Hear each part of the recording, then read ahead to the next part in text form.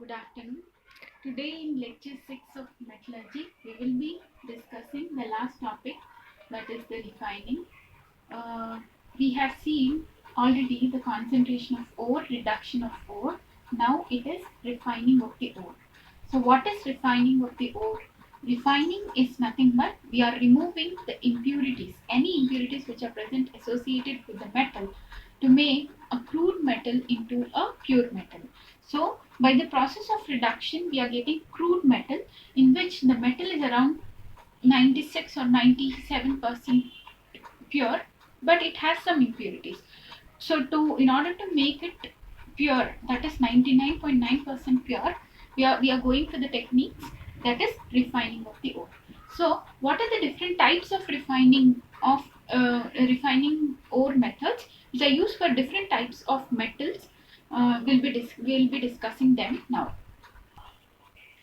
So these are the different methods of refining. We have distillation, liquefaction, electrolytic refining, zone refining, vapor phase refining, and chromatography. So in detail, we'll be discussing about each and every method and which type of metals can be refined using different types of methods also we have to see.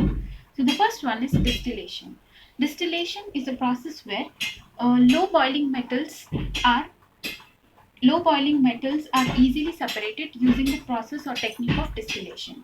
Generally, the low boiling metals like we have zinc and mercury. Zinc and mercury are the best examples in which they can be refined using the technique of distillation. So what is happening when we heat? They come out as vapors, and once they have cooled, they will be separated as pure metals, whereas the impurities will be settled at the bottom of the flask. And the second one you have is liquefaction. And the next technique you have is liquefaction. So what is liquefaction? By the term itself you can understand. Liquefaction, this technique is generally used for the refining process of metals like tin, lead and bismuth. Here they have low melting point. These metals, all the three metals what I have written, they have low melting point, which means that they can easily undergo melting at low temperatures. That is, when we supply low heat, less amounts of heat also, they will be converted into the liquid form, or they will melt easily when compared to the impurities. So as they melt easily, we can collect them separately than that of the impurities by providing a particular heat, and we can separate them from the impurities. So these two methods are very simple and easy techniques which are used for distillation. Is generally used for zinc and mercury, which are low boiling metals, whereas liquefaction is, by the name itself, it is understood that liquefaction, in the liquid form we are collecting the metals by supplying some amount of heat, and these are low melting point metals. That is, given less temperatures, they will melt easily when compared to the impurities, so they are collected in their liquid forms. Then we have the third technique, that is electrolytic refining, which you have to discuss it in detail. What is electrolytic refining along with the diagram? So the next technique of refining is electrolytic refining. Here, this is the schematic diagram or a picture of electrolytic refining of copper. Generally, this technique is generally used for refining of copper. So what is happening in this? We will see through this diagram. In this, we have taken a beaker. In this setup, we have two electrodes. One is acting as anode and the other one is acting as cathode. Here the anode electrode is the impure copper. Impure copper, that is the copper which we want to purify. That is our metal containing impurities. And we are also taking another strip of pure copper. So this is a pure copper metal, whereas this is impure copper in which we want to purify it. So what is happening when these two electrodes are connected externally with a battery, and into the beaker we are also adding copper sulfate solution. So the same metal solution is taken as the salt. So this copper sulfate solution, what is happening when once the electricity is supplied through the battery, the impure copper which is acting as the anode, as you know, at anode oxidation takes place, whereas at cathode, reduction takes place. So oxidation is the process which is taking place here. That is what is happening. The impure copper which is present here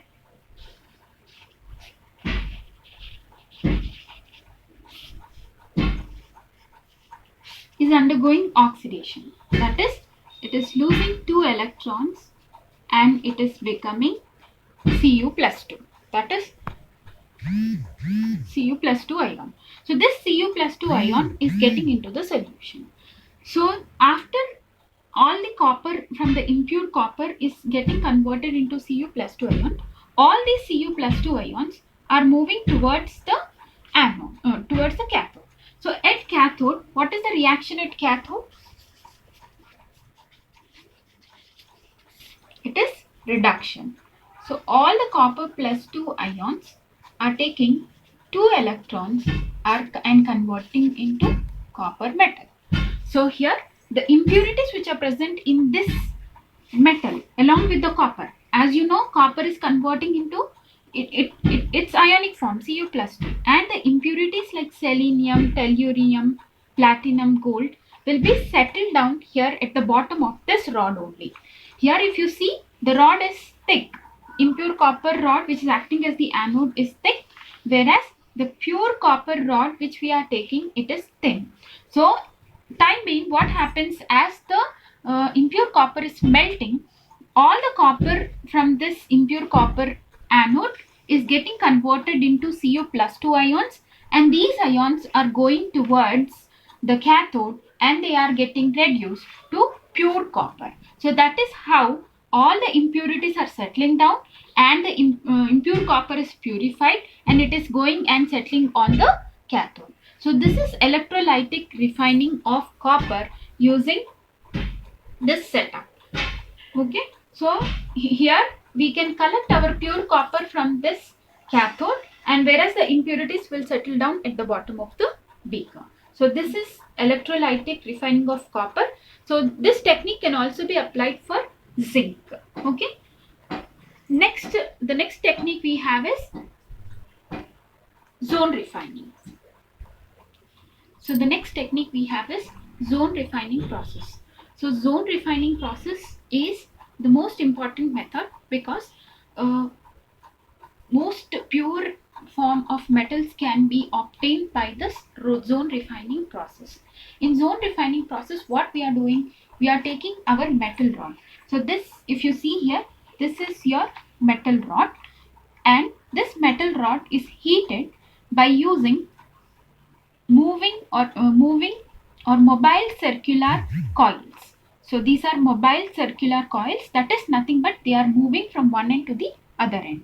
So what is happening here, the technique is the impurities are more soluble, that is they have less melting point or low melting point, they easily get melted up through this heat, whereas our pure metal will be in the solid state.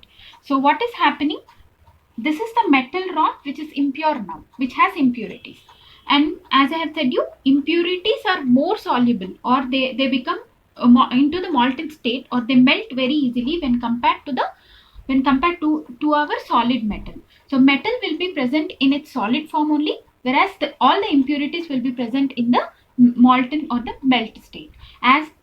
So what is the technique here? If you see here, this mobile circular coils, when they are moving from one end of the metal rod to the other end of the metal rod in this direction, the impurities which are present in this metal, they melt and they move along with the mobile coil. So however the heat is moving, in the same way our the molten impurities also move in the same direction. So we can take or bring these impurities to this corner. That is, when I move this coil towards this corner, what is happening? This liquid state impurities will move towards this end, and we can cut this and we can take our solid pure metal. So this is how the impurities are removed using zone refining process. In zone refining process, once again I'll repeat, what is happening? Impurities are more soluble, or they easily get melt in the presence of heat when compared to the metal. So metal is in the solid form only, to this temperature, whereas our impurities will be in the liquid form. So when I move, this is mobile, that mobile circular coils, which are giving heat or which are supplying heat to the metal rod. So as these coils are moving in this direction, all my impurities are also melting and they are moving along with the coil, and when they reach that end, we can cut this end and we can take our desired metal which is present in the solid form. So this zone refining process is generally used for high or highly pure metals like boron, gallium, indium, and semiconductors like germanium, silicon, etc. So this process can be used very effectively to obtain pure metals like germanium, silicon, boron, gallium, indium, etc.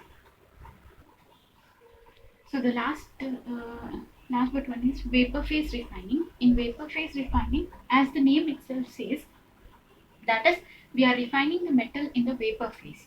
So we have two examples or two processes or two methods here. The first method, we have the Mond process for the refining of nickel metal. So in the vapor phase refining, the 2 points which you have to remember is the metal should form a compound with some element in the vapor phase, that is in the volatile form, and this compound should be decomposable at some other high temperature into its pure metal.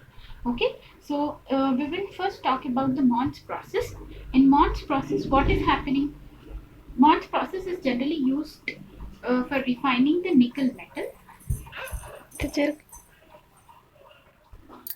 In this, the nickel metal in the vapor phase is reacting with the carbonyl to form nickel carbonyl complex, and this is taking place at a temperature of 330 to 350 Kelvin. So this is all happening in the vapor phase.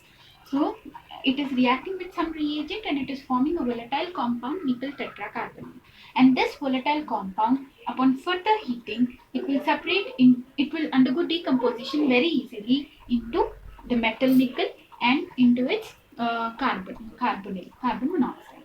So this is what is Mond's process. In Mond's process, we are separating in the volatile form. We are forming a complex, and this volatile complex is generally easily decomposed at this temperature into its corresponding metal and carbonyl group. Okay, and the next example we have is